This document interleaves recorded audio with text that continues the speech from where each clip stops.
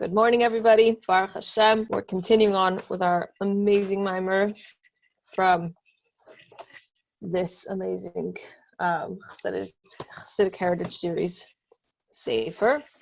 We are currently holding by page 100. We are getting to the end of Eis Vav, which is the end of the entire Maamar. Yesterday was a lot of Chassidus and Kabbalah, and today also has a bit of that heavy, not heavy, but it has a bit of that aspect to it. So we're going to try our best to be able to explain it as clearly and as practical to be lived with as possible. So yesterday we spoke about how we made a comparison from the level of like the Chassidic perspective, from Kabbalistic perspective, a comparison between Kriyas Yam Suf, what actually happened, in regards to the sphere, is not just like the water split and we walked through, but like what actually happened. And we explained that. And today we're going to explain what's going to happen and how amazing that was. And it was incredible, and how much more so it's going to be even more amazing when the Sheikh comes. So, okay. So, yesterday we explained that this part wasn't said explicitly in the Maamar, but this is the structure of the Maamar. In the previous classes we spoke about, in the previous ICs we spoke about how the Eibishter, this was a difficult miracle. Why was it difficult? Like Hashem could do anything he wants. So why was this difficult? It wasn't just because he held up water and he put them on either side and then we walked through. It was difficult because the Eibishter himself, so to speak, broke through all the rules all the way through Seder Shtalshlus, and he got every world below it to have a taste of the world above it. Just like terrestrial beings got a taste of being aquatic, I guess, beings that are so connected to their source, and we got a beautiful taste of what it feels like to really feel connected to our source, which we don't generally do. So too with every single world. So at the world below it got a taste that Hashem split the waters, and it means the waters everywhere. It means every single aspect of the waters. And the world below it got a taste of the world above it, and the world, meaning the great revelation that the Eibishter, allows to exist at that world, at that level, and so on and so forth, to the point that those levels got a taste of Or Ein Sof. And we spoke about what that means. We also spoke about the fact that when the Eibishter went in to take us out, he did so he had to relate to us, Hashem, Or Ein Sof, had to relate to us through a level of Malchus, right? So it's kind of like a channel, like electricity in the wall, right? The electricity that runs through a building or an apartment or a house. And in order to stick it inside a phone, we have to use a channel. We have to use a funnel, which is a charger. And it kind of mitzamtzims, it kind of reduces the potency of that electricity into an organized, orderly fashion so that it can be entered, it can be introduced into the portal of the charger of the phone, okay? So too here, it was the Eibishter Or Ein Sof that came to get us, but at the same time, he had to go through the level of Malchus. Not only that, but it says the word and in the pasuk. It says, and Hashem struck every firstborn in the land of Egypt, which means that there was something else, and Hashem who struck and so it explains here that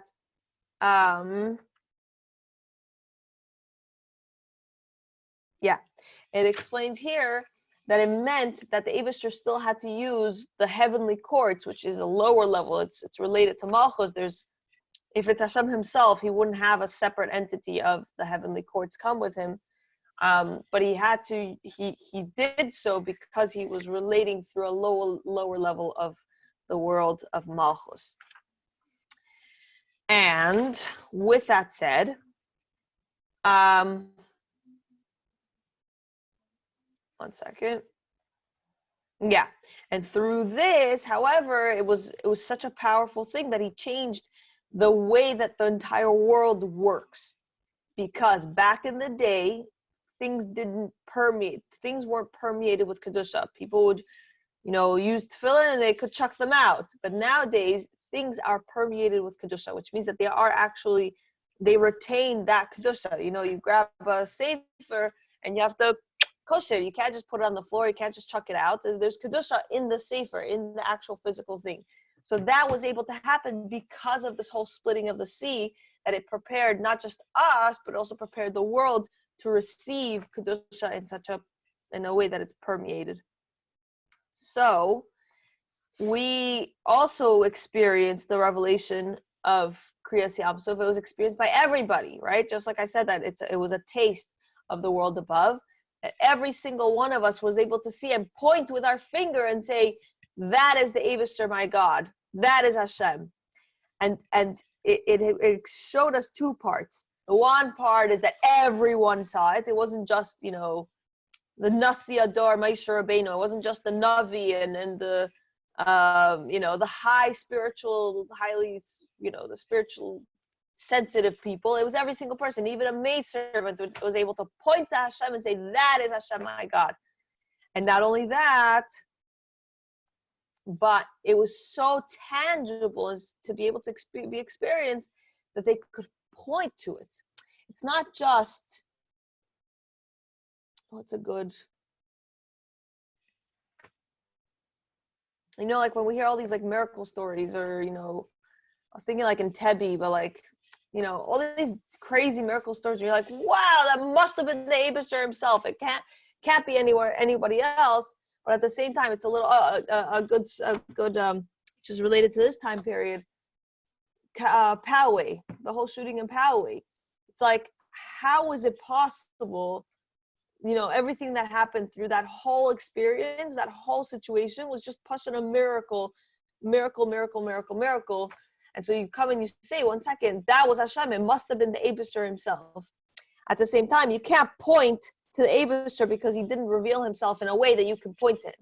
So at Kriyas Yam Suf, it was those two levels. It was not only every single person said, wow, this is the Eibishter himself, but also it was the fact that you could point to it. It was like a very clear, distinct, wow, that's Hashem.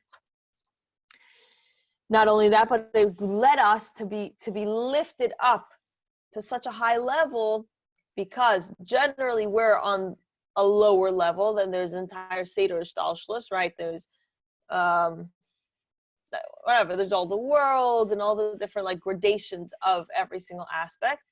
And then on the top is, or somewhere around there, that's where the Malachim live. There's certain Malachim that live in Yitzirah, there's certain Malachim that live in no one really lives in Atzilus from my understanding, because once they go up, anyway. So there's different Malachim that live in different levels, Bria and Yitzirah, and then as many of you know, when we say certain parts of davening, they, Kadosh, Kadosh, Kadosh, like they have such excitement that they go up to the next level, but when they get to the next level, they have Kol Nefesh, so to speak. So they live within the worlds of Seder Shtalshlus. So one of those malachim, the Eibishter would send to protect us, and he would always be in between us and Mitzrayim, the Mitzrayim, that are trying to chase us, or Hashem would protect us with him. Usually he would walk ahead of Bnei Yisrael, because his source comes from a higher level than the Bnei Yisrael, which is a lower level. But what happened was, at the end of Kriyas Yam Suf, the neshamas of Bnei Yisrael were lifted, were so high up that they reached this level of Keser, that they were so high up, the Keser goes above all the rest of the worlds, that the Malach had to walk behind us, because our neshama got elevated so much. And as we said at the beginning of the Maamar, that again, we're trying to elevate not just the world, we're preparing the world to receive Kedusha, but we're also preparing the Yidden to be able to provide the world with this Kedusha, right? To be able to use a siddur and make that, if any other nation uses a siddur, and even if they read Hebrew, but they read those words, not necessarily does that siddur become holy. But when a Jew uses a piece of materialistic something for a holy purpose, we have that power to illuminate, to bring out the Kedusha in that thing. Okay. Now, that was what happened then, and now we're going to discuss what's going to happen during our times of Mashiach. All of the above, okay, so on page 100, the section is called Revelation of the Future.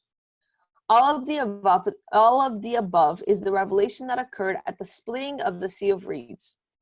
In the future era, however, we will experience an even greater revelation. So that was so awesome. And what's going to happen right now, when Mashiach comes right now, is going to be even greater than that, okay?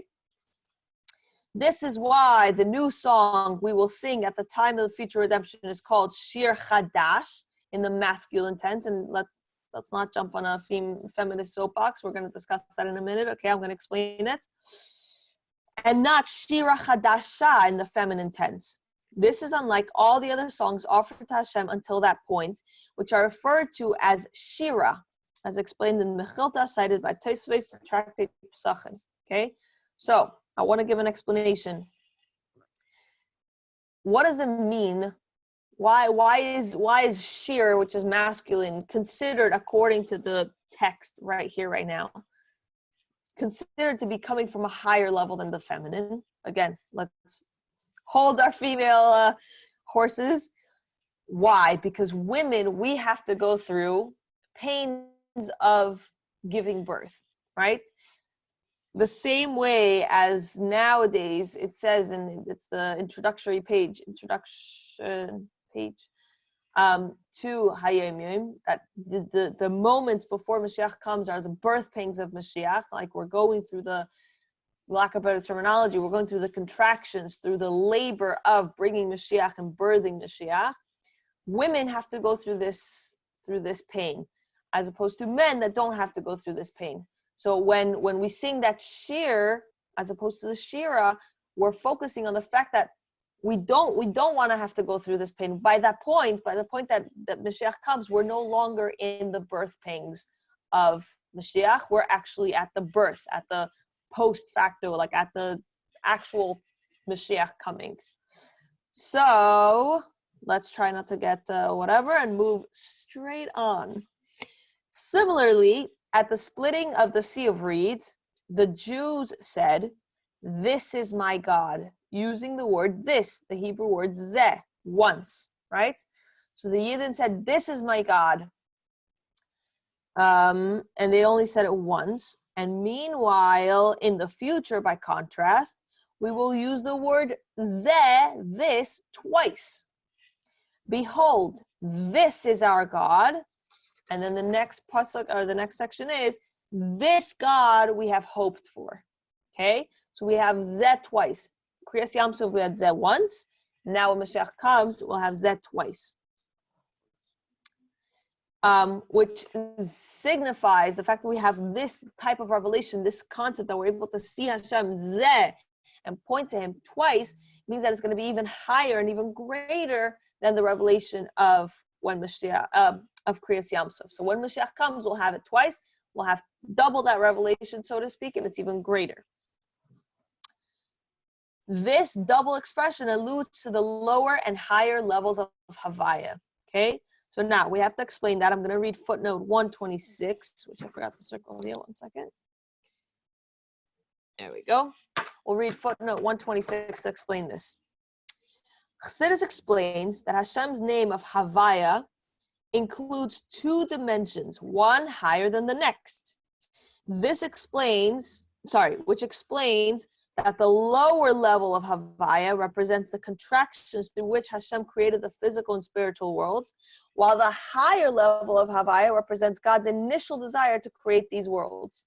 In this light, the single usage of the word Zeh at the splitting of the Sea of Reeds of Kriyas Yam Sov reflects the revelation of the lower level of Havaya, while the double expression of the future era indicates that we will then experience the higher level of Havaya as well. Okay? So when Kriyas Yam Sov happened, we got a taste of Seder Shtalshlus. We got a taste of the Eibustra actually making those contractions in the world to be able to create a physical existence, right? But when Mashiach comes, we'll get a revelation not just of what it takes, the Seder Shtalshlus. We'll also get the revelation of Hashem's desire to even create a Seder Shtalshlus. So just to give a bit of background to understand this, many of us, all of us, I think I can freely say, when we want something, we first think about what we want, right? So to lahavdil, but to use a physical example, let's say we want the latest piece of technology, whether it's, the newest cell phone or a new laptop or, a smartwatch, whatever that is. And we suddenly want it. We don't care the specs. We don't care. At the end, we are going to have to care how much it costs. But at the time of wanting it, we don't really care about the details of the thing. If we sit down and really think about it and we say, wow, okay, now that I want this thing, let me do some research. Which company is best? Let me ask some friends. Which ones do they trust more? What color goes best with my, whatever I like the most? So the actual bringing that desire into actuality is a whole second step. Wanting that thing is a step in of itself. It's funny because I am not very good. I guess I should say I'm working on it, but in general, I'm not very good at going through a million reviews and like comparing different things. So usually I get to the point where I'm like, okay, I think we should buy this. And then I pass on the next step to my husband and he's like, okay, fine, I'll figure out which is the best company and the specs and go through the reviews and whatever. So we do it in a two-step process. But in reality, a person could go through that if they really sit down through it and say, wow, okay, what is it that I want? Now, how do I practically accomplish that? So too here, the Eibustra has the level of Havaya, so to speak, has two levels. One was Hashem's desire, just his desire to create beings that can relate to him, such as us. And then comes the second level, which is, how do I make that happen? Okay, Seder Shtalshlus, and you have Atzilis, and Bria, Yetzira, Asiya, like Malchus, Asiya, and then the last little whatever, poof, here we are. Like, we've been created, right? So there's two separate things, the desire and then the actual step-by-step to creation. So when the Eibustra revealed himself, or when we had that explanation, that beautiful revelation of Kriyas Yam Sov, we had one zeh. We're able to see Hashem's, step-by-step how he created us. We got a taste of Seder Shtalshlus. But when Mashiach comes, we'll have two zehs. Not only will we see the step-by-step details of how Hashem created us, so to speak, but also we'll see the Eibustra we'll have a revelation of the Eibustra's just as pure desire for us, for our world and for us. Okay. These two levels of Havaya are alluded to in the 8 times the word truth is mentioned in the blessing recited after the Shema in the morning prayers. So here I have a siddur. I want to show everybody because, as you can tell through these maamarim, the more you learn Chassidus, the more you can appreciate davening.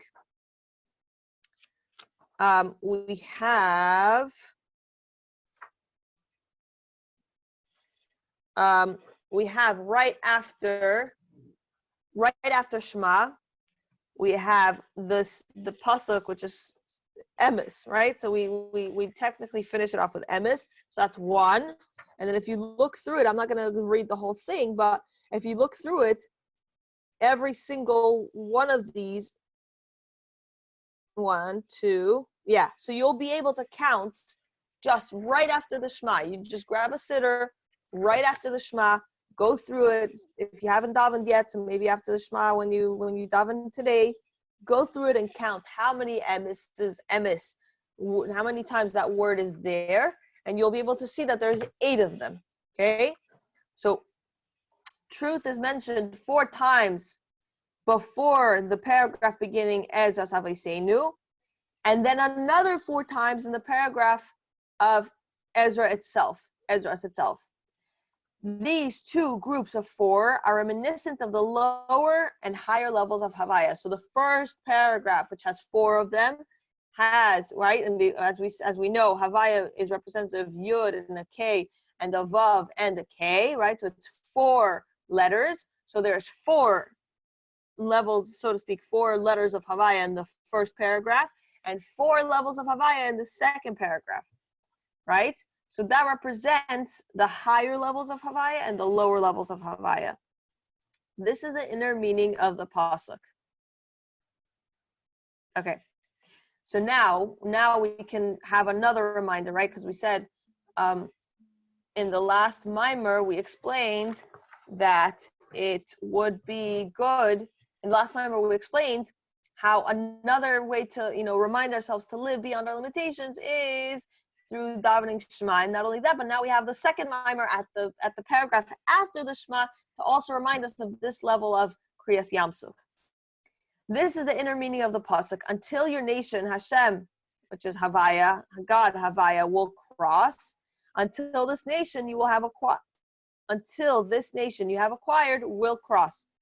In the future, the souls of the Jews will cross and reach higher than the divine name of Havaya, including the higher level of Havaya, right? So during Kriyas Yamsuf, not only will we reach beyond the lower level of Havaya, but we'll even be able to appreciate and have a taste and have to whatever extent an appreciation for the higher level of Havaya.